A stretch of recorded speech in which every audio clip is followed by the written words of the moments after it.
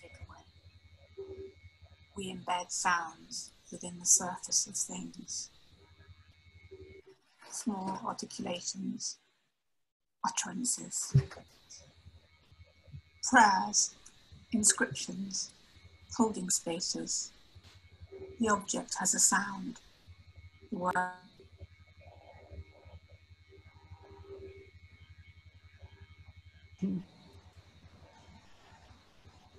We've lost the sound. A logical lens. Here's articulating what I've always felt my work is about. Drawing, image, mark making. Well, they're all like sounds to me. Notations, inscriptions, utterances. I've been painting on egg boxes and bits of cardboard that I enjoy snipping up.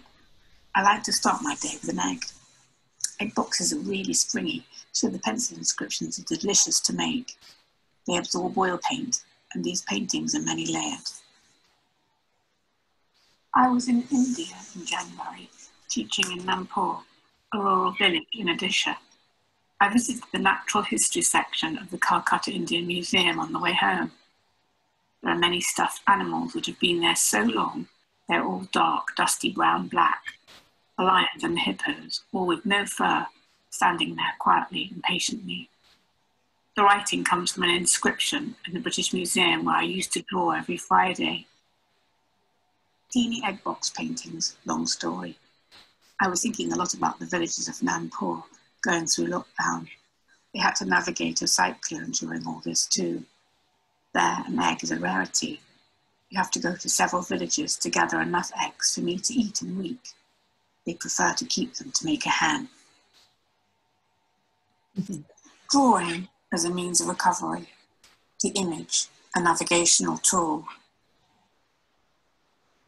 I think of my work and objects being like letters, or even a word, which together form a sentence, or perhaps a paragraph.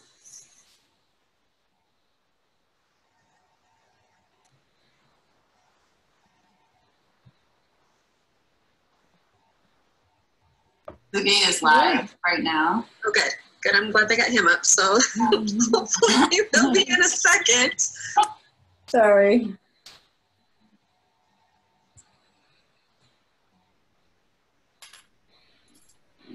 Okay.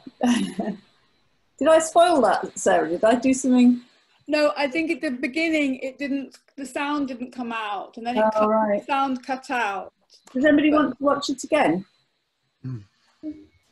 Yes, please. Yeah. I run it again. So I think what I did, I misunderstood. So I muted myself, but I think that's stopping the sound, isn't it? Because I thought it was picking up sound here, but obviously it needs the sound on my. Is that right, Trev? I think so. Yeah. Yeah. So Put you on the spot. So I'll play it again. Apologies for that. Yeah. Yeah. I've probably lost it in the YouTube thing. Hang on a second.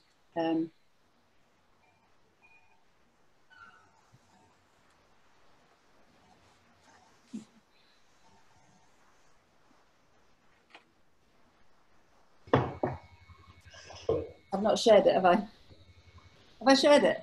Not yet. जिसमें आपको chat में hashtag. Go away. Right, hang on. Sorry. Let's start again. Share screen. No, hang on a minute. Okay.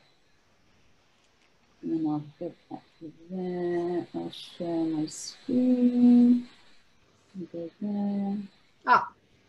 Right, now I've shared. You have to go back. That's it, yeah. We add, we take away. We embed sounds within the surface of things. Small articulations, utterances, prayers, inscriptions, holding spaces. The object has a sound. The word speaks, the image whispers. We construct ourselves. We evidence our experience. I'm reading a book by Tim Ingalls called Lines. He's looking at lines, writing and music through an anthropological lens. He is articulating what I've always felt my work is about: drawing, image, mark making. Well, they're all like sounds to me, notations, inscriptions, utterance. I've been painting on egg boxes with bits of cardboard that I enjoy snipping up. I like to start my day with an egg. Egg boxes are really springy, so the pencil inscriptions are delicious to make. They absorb oil paint, and these paintings are many layered. I was in India in January, teaching in Nampur, a rural village in Odisha. I visited the natural history section of the Calcutta Indian Museum on the way home. There are many stuffed animals that have been there so long, they're all dark, dusty brown black. The lions and the hippos, all with no fur, standing there quietly and patiently. The writing comes from an inscription in the British Museum where I used to draw every Friday.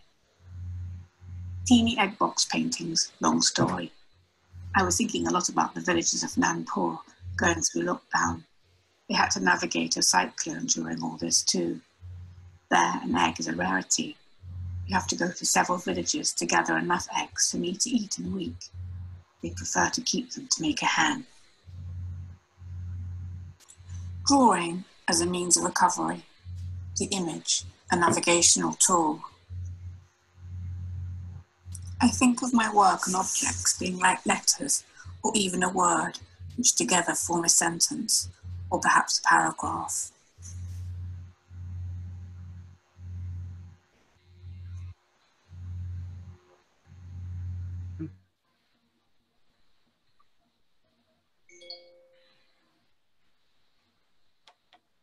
Thank you.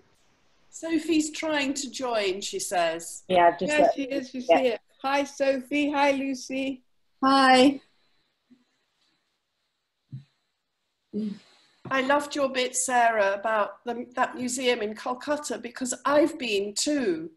Oh, yeah. And there are the creatures have got, you can see the straw armatures coming out of their fur. And some of the giraffes and things were lying on their sides with their legs in the air. And everything's completely tumbled down. They're terribly proud of it all. Yes, it's quite moving that they've lost all their colouring and everything. Yes, just dusty relics with all this bits hanging out and drawn back. It's in a magnificent sort of colonial building that looks like an Italian sort of palace. Mm-hmm.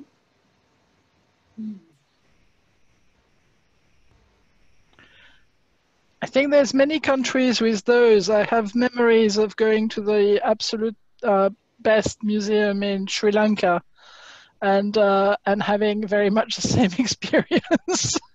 And the best bit was actually a sort of old toilet stone, beautifully carved toilet stone.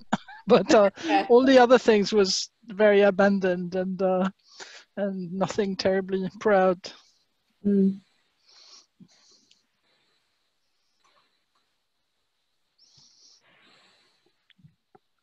There's quite a funny one in Herne Bay, which is the same, with lots of stuffed animals with these amazing painted backgrounds. It's absolutely extraordinary, but it's not completely falling apart and moth-eaten. It's just rather old-fashioned, but it's quite appealing. Then they've set all the animals in sort of semi-realistic settings with theatrical backdrops. Mm. Mm.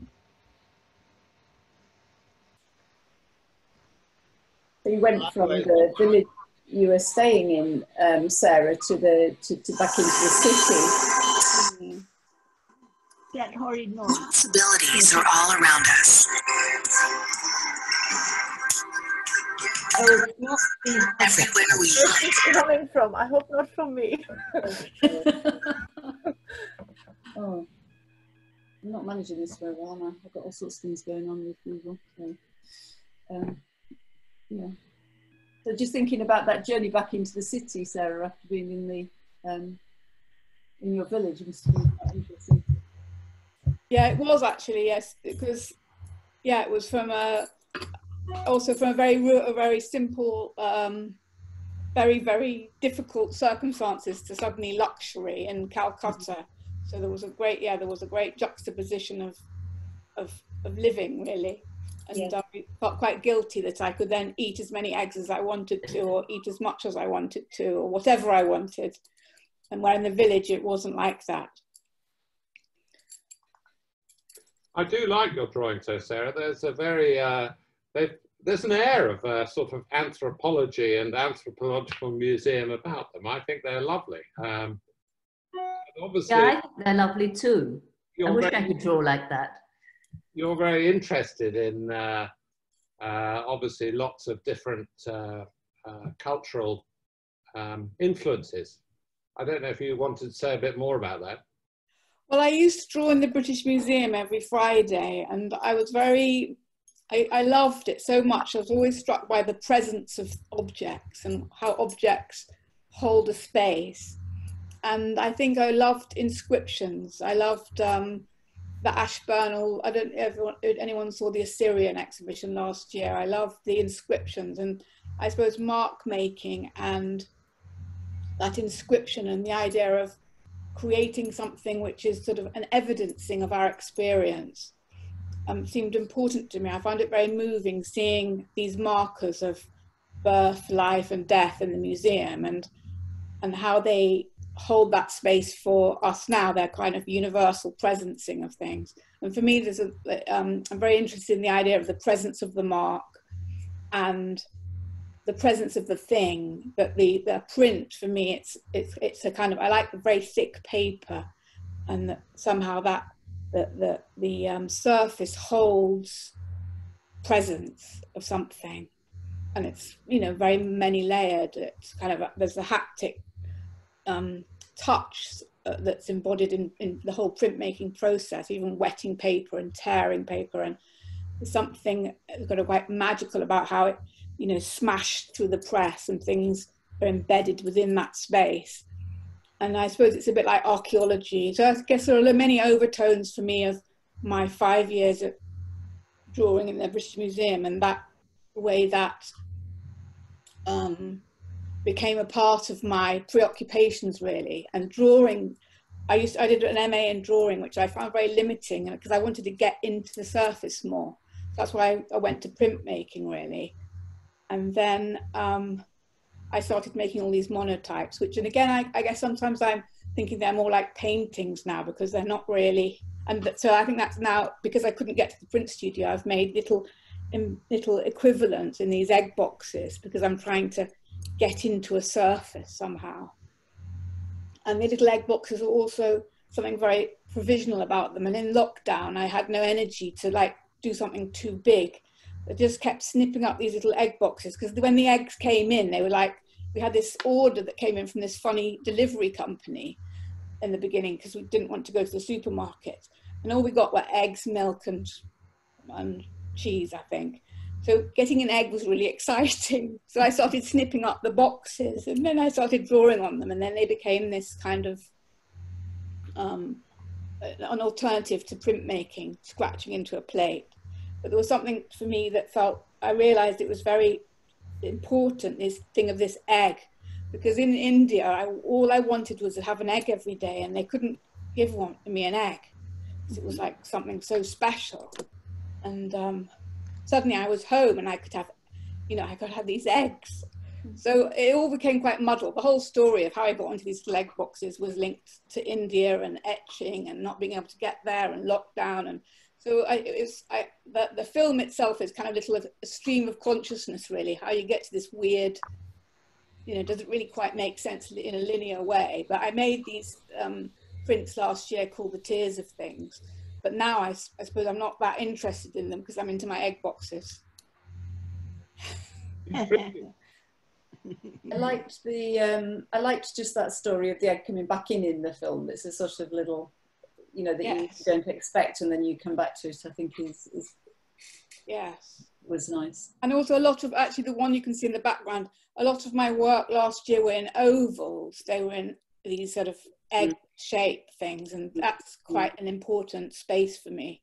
And I did yoga as well, and there's something called the cosmic egg pose, and that was really, I love that. So in my last piece, I did the thing that you see at the end is called Be a Bud, and there's a film about that, and there's me doing the cosmic egg pose, so becoming a little egg.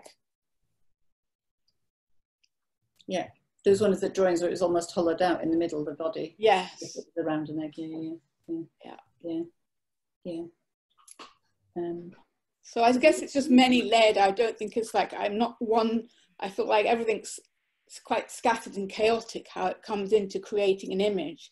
It's not just one thing I'm thinking about. It feels like it's many layered, like an object in a museum or something. It's has an archaeology of a history that is very complicated, but in a teeny little thing, there's many different things going on for me, how I got there. So I think there's a bit of me that's a bit dyslexic and a bit chaotic. So I find it very hard driving myself into one little pen. I really liked how you displayed it as in a little cabinet in a museum as well, isn't it? It seemed we've been in a museum and looked at cabinets and where different elements or different displays are connected and speak to each other. And the last piece I did, they're on little shelves. They feel like they're like a sentence or a paragraph. So you need multiple images to create this paragraph. I feel that about my prints, that one isn't enough. One is, you may need 16 to make something that I'm trying to say. So I like that about printmaking, that it's the seriality of it. You can create like maybe a sentence, because I think each of them are maybe like a letter rather than one thing and being enough in itself. It's quite interesting that, isn't it? Because I think a lot of us are in that thing of like making, remaking and sort of making another print from the start of another one. And that's how I work all the time. And I sometimes wonder if it becomes very, I think yours doesn't feel like that. There's a sort of narrative sort of journey, go across the images and things. And then like the collection really works together in that sense. And sometimes I think, from my point of view, I find myself losing that sort of thread. It's quite an interesting one, because I think as printmakers we tend to do that a bit, don't we? And sort of, I wonder if I don't resolve things because I can make another. Do you know what I mean? And I wonder if that's how I try and resolve it. But actually, maybe I should stop and. It's easier to move, isn't it? Yeah. I think I do that personally, perhaps. Do you think that's because you're both working, you both use monotype, monoprint? Yeah, it's an interesting question, that, isn't it? Because it really makes you work in a certain way, doesn't it? Yeah. And you perhaps choose it because it makes you work in that way as well. Yeah. Slightly, it is speedy and spontaneous and almost throwaway, but you know what I mean when I say that.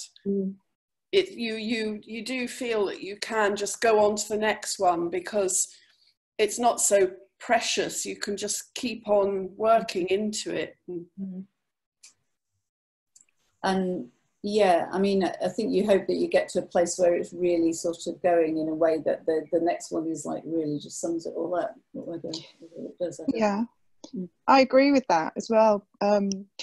It's only when you stop and you have to, I don't know, put a print in for an exhibition, for example, and you have to select one or two, and then people look at it just at one print, and it might, you realise then it might not quite have been resolved as you thought it was, because you see it in series, just like Sarah collects their work together. And I think that's when it's frustrating. You realise you didn't resolve it actually, but you've gone past. Sometimes you can't go back. So yeah. Well, it's interesting because when we were looking at Sarah's work last week, we were thinking about like the presentation of it, and it becomes that you're looking at that more significant. Yeah, and actually that's what we're saying, isn't it? That when you take something out of a whole, then it becomes very hard to understand. Yeah, and whether that's you think of those great bits of art that just do it in one hit, don't you? And exactly. Sort of what I would do every time, but I'm not managing it. But I think then you don't see all the stuff that's been thrown away, do you? True, true. Yeah. I was about to say exactly that. Yeah. Penny. I remember going to the Picasso Museum in Barcelona, and they've got loads and loads and loads of drawings made from the Velázquez painting, and also just reams and reams of them. Well, 10, 20, and not all good, but you can see how he's trying to resolve, and obviously we only see the great works, don't we? We don't see the mistakes and the drawing and the excavating and the drawing and the drawing and the drawing and the drawing. And the thinking. I think it's been quite interesting working from home, because my family have never seen me work, but obviously we've all been having to work on the kitchen table. And my husband said, "You look really stressed when you're working." And I just thought, what does he expect artists to look like? Sort of happy and flouncing around. I said, it's really hard to making decisions all the time. Yeah. What a hobby. Yeah. Yeah.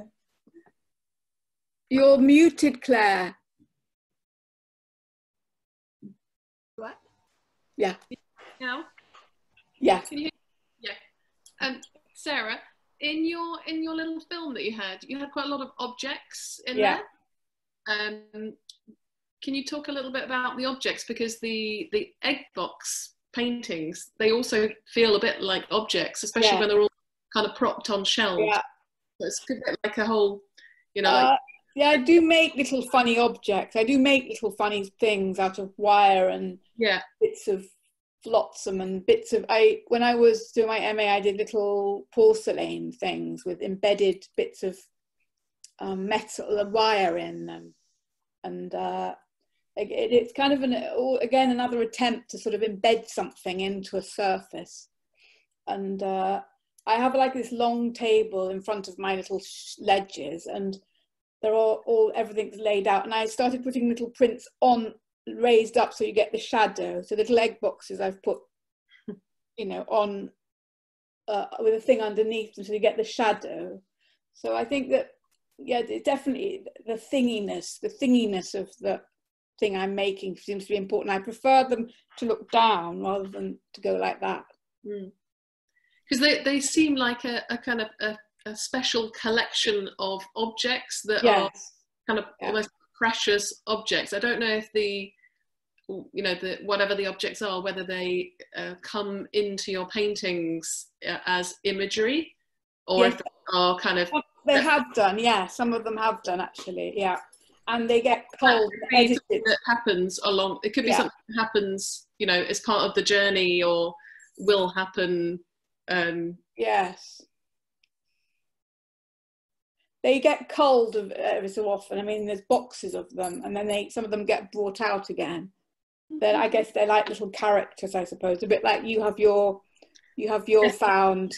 Well, that's why I can kind of I can kind of see how how it might be, because you've got things, your kind of source material, you could call it, your whatever inspires you.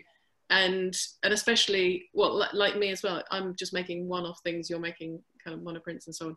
You get kind of on a runaway train on a roll where you just can't stop going with whatever you're doing, and it only really stops when you kind of come to a crossroads, when you have to make a different decision about where to go with what you've got, or if you have a major major problem with a decision to make. So you haven't got to a crossroads point yet. Well, the egg boxes was a crossroads because I couldn't get to the print studio, I suppose. That was And the making of little paintings on little bits of cardboard, where I've not done painting before really. So that's I suppose it's a new thing. But I guess a lot of my monoprints were going in that direction, painting anyway. So they were very painterly when you were working on. The fact that they were printed, they were just printed. Exactly. Very painterly.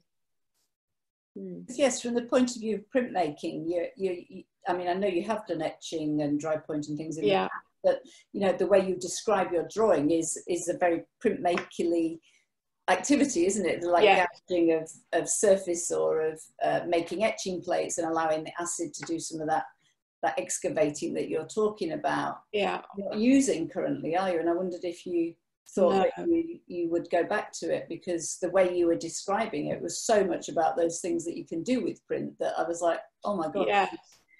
I think that is true.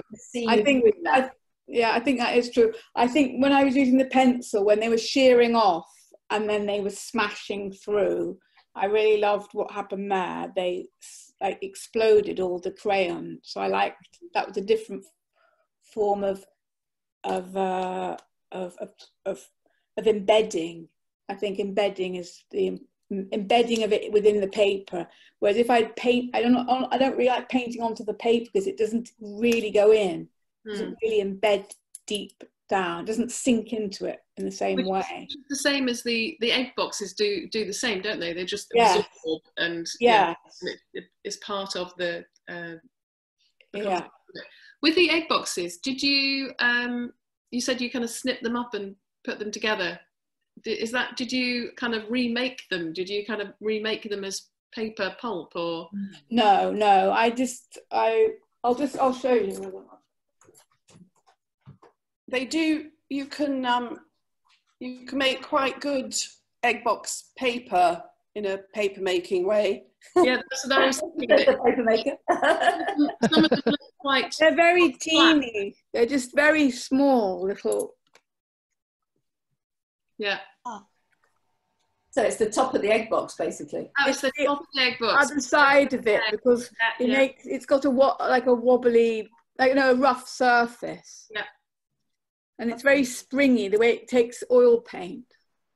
So on the other side, has it got the egg? Yeah.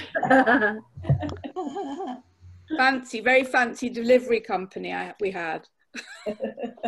I've not been part of your group before, so could you just quickly tell me about your process for your monoprints? Because you said you were... Oh yeah, I have. I draw on true grain with Stabilo pencils. They're a very particular pencil, and they make almost like a fake line, a bit like a lithograph. They're so thick. Are they Stabilo Woodies? My favourite. No, they're called. I'll let you know what the name is. But they particularly lovely black, and there's only 5 colours. On true grain, there were 5 colours, and then I use Caligo water-based inks. I put like washing up liquid, and sometimes like an oil-based terps or something. Sometimes I like to mix oil and water, and I just paint them. They're very sort of watery. Yeah, I can show you.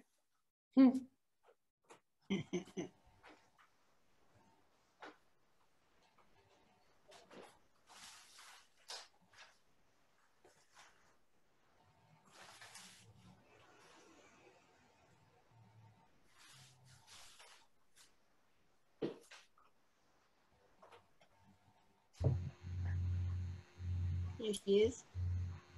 So it's just like, you see where the pencil shears off. It's not a very good example, but I can't find them. But the dots of the pencil smash into the... Yes. And then I have very thin Japanese paper. I stick it onto paper after. Oh yeah, they're all little sheared off things.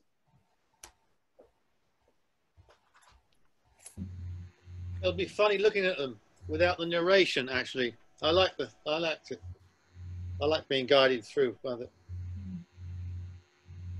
So yeah, that was good. I like that bit. Do you have hankerings to work on bigger egg box paper? I'm missing the printmaking, really. They're a poor substitute. But they kept me busy, because they were sort of like something you could do at the end of the day when you like about 5 o'clock every day, I would, you know, be exhausted from just circling in my fretting little mind. And at 5 o'clock, I just thought, at least I'll do an egg box painting. Mm. Perhaps it's quite nice to be constrained by the the smallness of the surface. You can only get that size. Yes. That's and they're just provisional. No they're not precious, or, you know, it's just like provisional. And I felt there was something quite nice about just being a bit like a 5-year-old and playing with material, really, and feeling the sensory nature of things. I think that's what I love, the sensory nature of just pushing my pencil into an egg box and shoving a bit of paint on. It just felt nice. So I don't think I knew what I was doing. I just wanted to do something like a doodle. I was just thinking as well, because as Penny's talking about, you know, the idea of making paper, I was thinking about casting the drawings into the paper, and that would be amazing. Last week we looked at Sarah's etchings cast into plaster. You know, there's some interesting things that you could play with that, aren't there, Penny? Yes, definitely. Oh, really? Yeah, I used to teach the paper making at Morley, and actually I had a student who used to exclusively make her paper that she was going to turn into artworks from egg boxes, because she particularly liked that kind of the yellow from the, you know, and that blue from the Mabel Pearman's eggs. And oh, that's really interesting. I should try that, because David's been making paper in the garden. That's been his lockdown activity, making paper out of, so I could try that. Well, you just soak all the egg boxes. You just rip up egg boxes. Mix them up in your trusty blender. Yeah. and float them in a litter tray full of water. I might put a WhatsApp group out to the street and ask them to start saving me egg boxes, because I don't have enough. Yeah, that'd be good.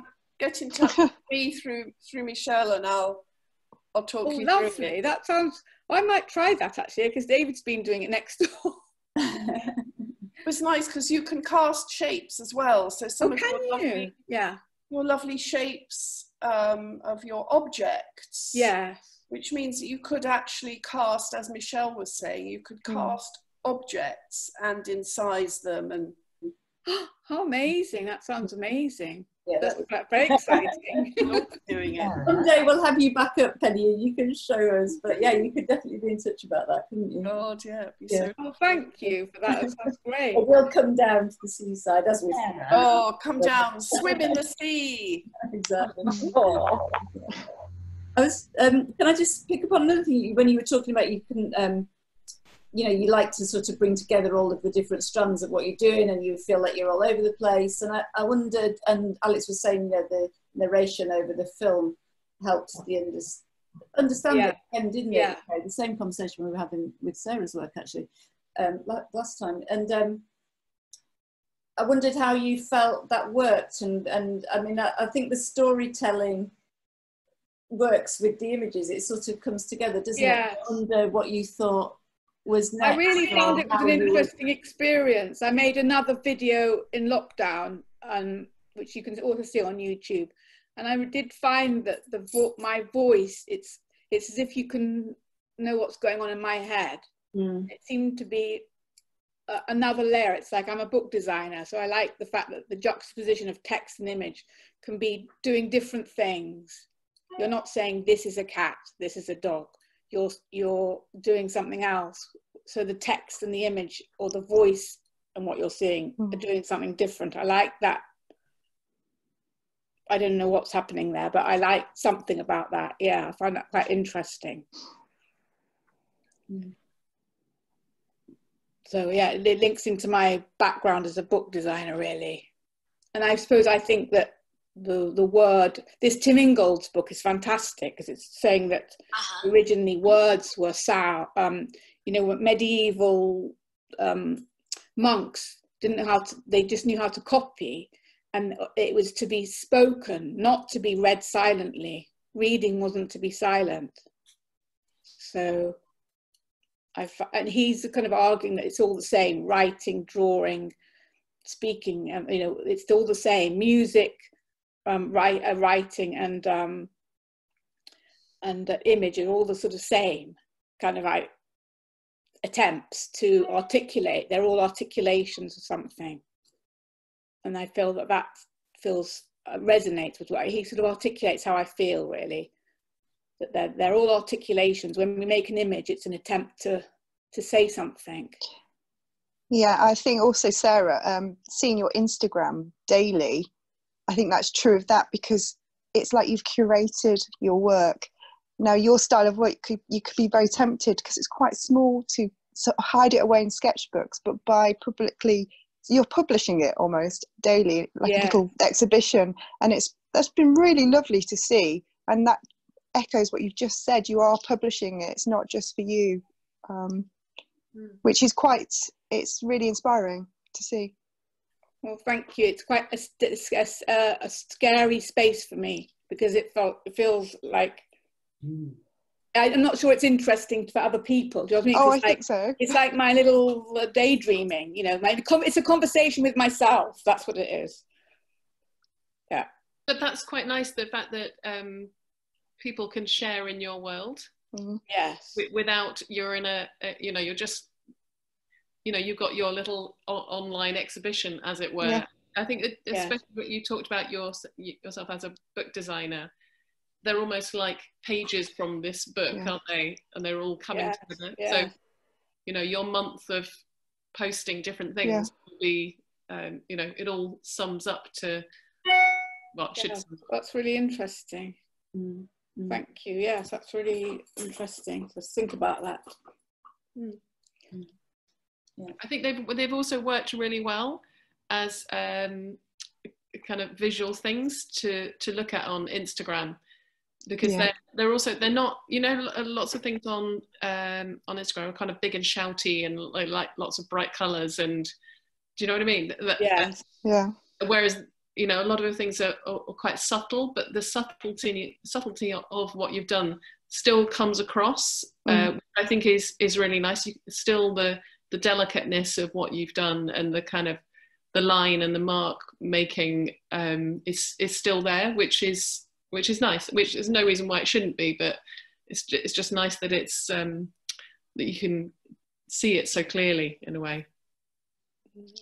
Yeah. No, I thank you for inviting me to do it, because it made me do it, because I had to be accountable, had to do it, or I had to make a film. I thought, oh no, I can't do this.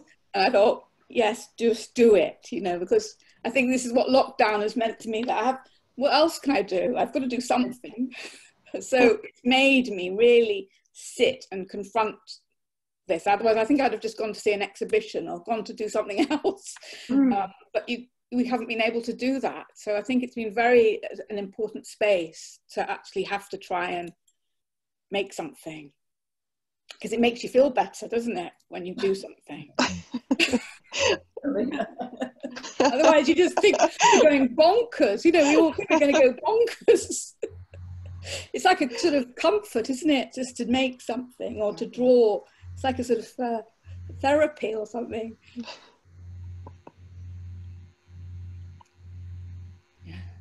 What's happening to David's papers? What can you work on his paper?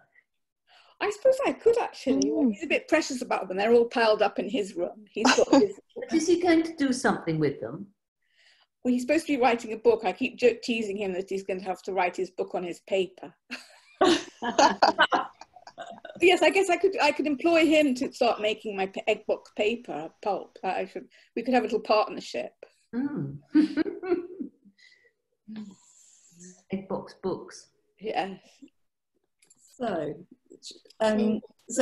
we could throw out the question, who wants to do this next then, if anybody would like to do this conversation next. I'll just put it out there. Sophie. Should I do my teachery thing and pick on somebody? Well, I've been baking. We know you. I said that when you were late. Your cake was still given. I know. Actually, you can ask Penny and Grania. They know what I've been doing during lockdown. Do you post pictures of your baking? Sorry? You post pictures of your baking? Yes, yes. I do a bit, but I've more exchanged on WhatsApp with a few, and then Grania has tasted a few pieces as well. Delicious. And really had the virtual reality of them. Yeah, it's probably better for the waistline. Sarah, I was going to ask, would you share the the book that you talked about? Would you share that? Oh yes, I will. Yeah. And just to say, what I'll do is if you send that to me, I'll just follow it with an email. Just make sure everybody knows the Instagram and the website, and then we can pick up on the link on the film again if you missed that as well. Great. Well, thank you. Does anybody want to say anything else, or I don't know. Well, just thank you. Yeah. Thank you for all coming. It's nice to be. It's nice to make something and do something. You have a deadline. It's good to have a deadline.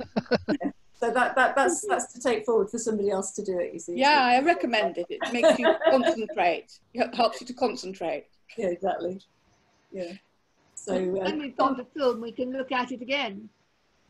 Yeah, and just because we shared that fairly quickly at 6, if you're a little bit late joining, just I'll send the link and you can just look at the film again. So they're on YouTube, aren't they? Yeah. Yeah, there are 2. I've made another one as well. That we didn't see beforehand. No. That's right. Okay. Will I find that easily, Sarah, the other film? Or will you send me the link? I'll send you the link. That was like a very clunky first thing I'd ever done, but it sort of it gives you a context to how I'm feeling in lockdown, how I started making these things. Great. Okay. So looking for volunteers for 2 weeks' time. Great. We'll see you. I can do a bake with Sophie. Claire, you've been making films, haven't you? You've been making a film. I have. Going to see it. Well, I mean, I haven't made a film. I've made lots of kind of stop motion animations, but I haven't made anything about my work. I could try and do that though, I suppose. It's quite a useful, I mean, it's something that I've, this thing of sort of trying to unpick the layers is a really nice thing to do, isn't it? Yeah. Try and help.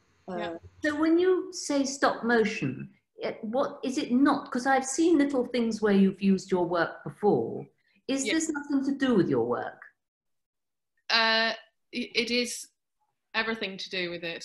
But it's the sort of tangential is what I'm meaning. It's not printed things. No, it's not printed things, but it's it's everything to do with it. It's part of it, kind of leftovers and stuff like that. But anyway, that should be saved for in 2 weeks. When you make your film, yeah, exactly. A film in 2 weeks? No, you can have a later slot if you like. I'm happy to do it actually. Okay. I could show some stop motions and I could try. Yeah. Okay. And we can talk. We'll check about the date and then I'll send out to everybody. Yeah. But this Tuesday night slot's quite a good one, isn't it, for a number of us? So we'll try this time again. Yeah. We're not going anywhere. Good. Of course we are. I love your background, Sophie. I've just clocked it, actually. You look like a newsreader. You look like a newsreader. There is more to it than appears. But that shall not be revealed. Go on. All right. That's my other life. You did a great talk when you talked at the studio, Sophie, so maybe you could talk at some point on you.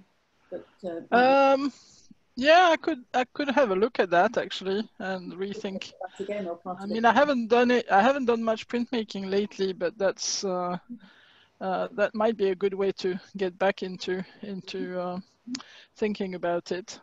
Okay. Because interestingly, I was thinking of your idea of series and